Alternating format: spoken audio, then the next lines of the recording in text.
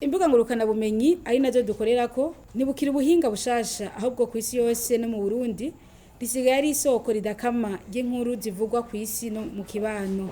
Inkuru mu kanyisase ibashikiriye abantu ibihumbi kandi inkuru iciye kuri izi mbuga ntitakara no mu myaka iri imbere izobikirabwa ari naco gituma uruhara rw'imenyesha makuru bikorera ku mbuga ngurukana bumenyi ari karahara mu ruganda ntibacura kugwiza umwimbu w'igihugu. Banyakubaha abayobozi namwe bamenyesha makuru mukorera ku mbuga ngurukana bumenyi akenshi harabigira abanyamakuru kuko kumbure hari aho batanga makuru ariko muri aya makuru batanga ugasanga n'urusobekerane kubihuha amakuru y'amacakubiri amakuru n'amashusho y'urukozasoni ugasanga bakubatanga inkuru zidatomoye aho twovuga gukwiragiza inkuru tuma abantu bacanamwo canke inkuru ubona yuko mu vy'ukuri zitatanzwe neza zisunze akarangamutima k'umwuga. Igihugu cacu n'umurima munini cane agikorera kandi twese ni cacu twumvigwe dutanga inkuru zishikire benshi.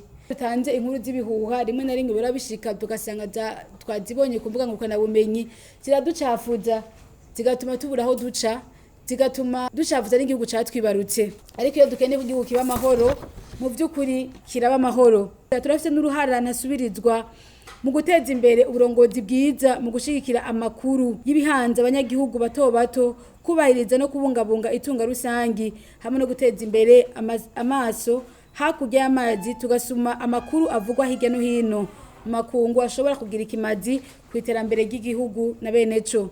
Igihe ciza rero cyo kwerekana ishusho nyaryo biciye mu byo dukora ntagira uzova ngo baranyirengagije dukukora ibidatumbereye ariko nashaka dukure amaboko mu mpuzu dukore ibikorwa byacu bituvugire cyo dushize ahabona kibonwa n'isi yose mu mwanya isase ari naco bisaba kwiyubara no kwitonda cyane mu kazi kacu ka misi yose.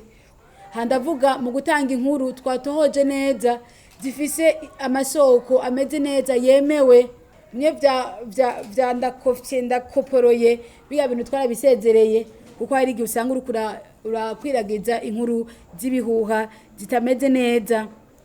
Ntituraba gutwenza abantu no gusamaza abantu nkuko benshi bavyiyumvira.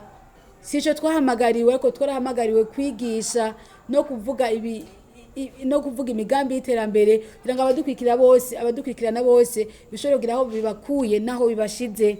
Nitwakora neza tugafashanya tukagira ubumwe tukaduzanya hanaganda abwire yuko abarundi bayamaze baravuga ngo ubugirigiri bugira bangahe bugira babiri. Rero ni washaka kwigunga uri umwe ntuzoshika kure mu gihe twobandanya tukamenyesha makuru babushitse baratanga urukurukuru ahubwo rutanga inkuru zagakura tuzotuma igihugu gihurumbirwa n'abanyamitahe bamukerera rugendo hamwe n'imigenderanire n'ayandi makungu ikomeze maze igihugu gishike kwihangiro ryambona kazoza igihugu cifashe mu 2040 igihugu giteye imbere mu 2060 byose bizova kuri twebwe.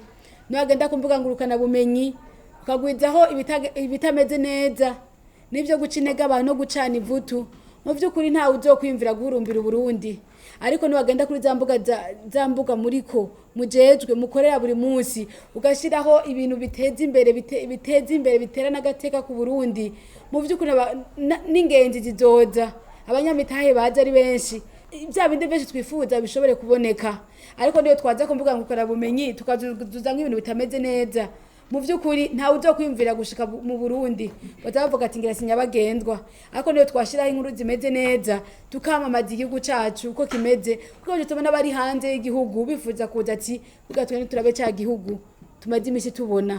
Nashaka kubabwira ko mubifisemo uruhara kandi tubifisemo uruhara nk'imenyesha makuru bikorera ku mbuga ngurukana bumenyi. Radio Tere